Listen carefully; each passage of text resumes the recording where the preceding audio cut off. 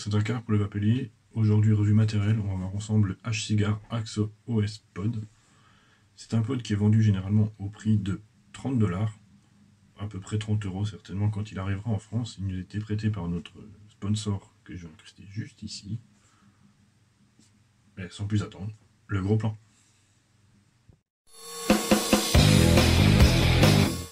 Donc voici en gros plan pour détailler la boîte et son contenu. Tout d'abord, ce que nous pouvons voir, c'est la couleur blanc satiné de l'ensemble. Sur la face avant, nous avons le rappel du produit AXO OS. Je précise bien OS, car il existe la version AXO normale qui est un autre modèle, compatible mais un autre modèle. En haut, nous avons le pastis de couleur, donc noir en l'occurrence. Il existe également en gris. Un visuel du produit en brillant. Le rappel comme quoi ce produit contient de la nicotine. C'est pas vrai parce qu'il arrive vide. Sur le côté là, rien. Sur le côté là, rien. En bas, H-Cigar. En haut, H-Cigar. Derrière, il nous indique toutes les caractéristiques. Donc la batterie, l'airflow qui permet de déclencher la résistance, les protections, les indicateurs LED, le contenu de la boîte.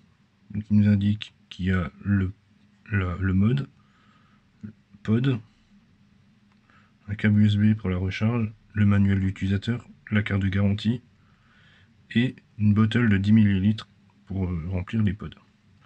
L'adresse du fabricant, le code barre, le scratch and check. À nouveau l'avertissement sanitaire sur la nicotine. À l'intérieur de la boîte, très simplement, nous avons une notice dans toutes les langues. Français, anglais, chinois. La carte de garantie.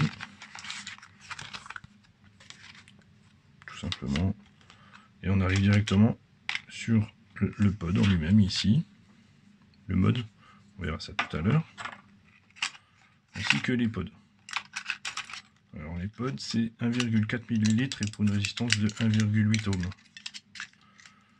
Ils sont vendus également séparément.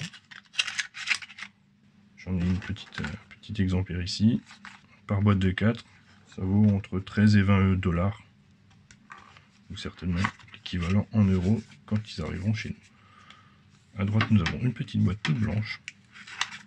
Quand on l'ouvre, à l'intérieur, le câble micro USB normal, d'environ 40 cm, et une petite bottle à aiguille de 10 ml. Tout simplement. Ça fait longtemps que j'en avais pas vu des bottles à aiguille, mais bon, pourquoi pas, c'est sympa. On va revenir sur le pod. Alors, je vais rappeler les caractéristiques. 1,4 ml avec une résistance intégrée de 1,8 ohms. On va faire le tour. Tout d'abord, côté embouchure. Ici, nous avons une chambre de récupération de condensation. Ça permet d'éviter la condensation et c'est vraiment très efficace. En fait, on voit que la chambre qui est creusée dans le plastique ici, là, on voit un peu mieux, la sortie est un peu plus petite. Alors, simplement, ça permet que la condensation reste à l'intérieur. Il suffit juste de le secouer un petit peu de temps en temps et tout s'en va. C'est vraiment impeccable. Sur le côté, le design. Voilà. La même chose de l'autre côté. Ici, le trou de remplissage. De l'autre côté, rien. Trou de remplissage qui est vraiment parfait. Voilà, un petit bout de silicone qui tient bien, sans trop. J'ai jamais eu de fuite avec. On peut glisser tout ce qu'on veut. Soit le flacon de 10 ml en mode aiguille, soit un flacon de 10 ml en sel de nicotine comme j'utilise moi. Sur le dessous, le plus et le moins pour la résistance, ainsi que les deux trous d'air. Alors, il y en a un qui sert à alimenter l'air pour la résistance, et l'autre, ça permet de mesurer l'aspiration et de déclencher la résistance, tout simplement. On peut en bouger un des deux, pas de problème. Le pod peut s'insérer comme ça, ou comme ça. Il n'y a pas de souci. Les deux sens fonctionnent très bien. Donc voici sur le pod, il suffit d'y insérer la cartouche comme ceci. On a un flash blanc pour indiquer que le fonctionnement est OK et que c'est opérationnel. Le pod en lui-même mesure 108 mm de long, 20 mm de large, sur 9,5 d'épaisseur, pour un poids de 23 grammes. C'est très léger, c'est certainement dû à son alliage d'aluminium. La batterie à l'intérieur fait 420 mAh et charge à 1 A via le port micro USB sur le dessous. Il existe en deux couleurs, ici en noir, mais également en gris anthracite. Je vais faire une incrustation juste là. La peinture noire a l'air de très bonne qualité, elle est douce au toucher, elle ne prend pas les traces de doigts. Sur les deux faces larges, il y a deux chevrons de chaque côté. À l'arrière, il y a le rappel du modèle AXO. À l'avant, il y a une diode témoin qui permet de connaître la charge de batterie restante. Bleu entre 75 et 100%, vert entre 31 et 74%, et rouge moins de 30%. Elle indique également les erreurs. 3 fois vert indique un faux contact. 3 fois rouge, un court-circuit. Et 8 fois rouge, batterie faible. Et un flash blanc pour indiquer que le pod est opérationnel. Ce pod a une particularité, c'est d'envoyer une puissance constante, que peu importe la charge de batterie restante, que ce soit vert, bleu ou rouge, vous aurez 3,3 volts à la sortie. Environ 6 watts pour une résistance à 1,8 ohm. On va revenir en plan large sur moi, on va débriefer de ce pod, et on va passer à la notation. Mais à tout de suite. Donc voilà sur moi, on va tester, débriefer et puis passer à la notation du produit. C'est un pod que j'ai rempli à base de liquide de sel et nicotine, avec un ratio de PG-VG de 50-50. 50% PG, 50% VG. Je vous déconseille de monter plus haut en glycérine végétale pour garder une bonne capillarité de la résistance et éviter de la brûler prématurément. On va tester ça ensemble. Vous allez voir que le voyant de batterie s'allume. La couleur indiquera la charge de batterie restante.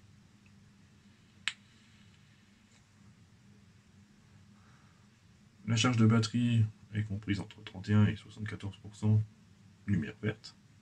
Pas de souci, il suffit simplement d'aspirer, pas de bouton, rien. La quantité de vapeur est très bien pour du 50-50, pas de souci pour ça. La restitution des saveurs est également très bonne.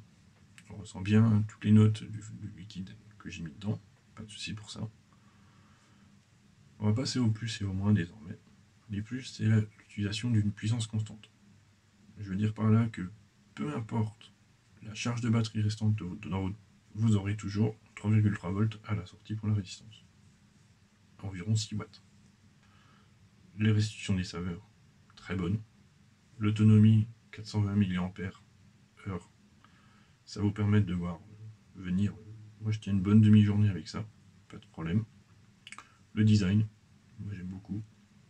Très sobre, discret. Après, c'est suggestif. Les pods remplissables, ça c'est génial. Parce qu'on peut mettre le liquide qu'on veut. Il est également compatible avec les AXO-pods, les anciens pods qui étaient pré-remplis, et ça c'est super. La chambre de récupération de la condensation, et ça c'est une super idée. Le packaging qui est quand même très bien fourni, avec la petite bottle aiguille de 10 ml, ça c'est parfait. Comme ça vous achetez votre chubby en 60 et vous pouvez remplir la bottle. Pour les moins, j'en ai pas constaté. Pas eu de problème avec, rien du tout. On va passer à la notation.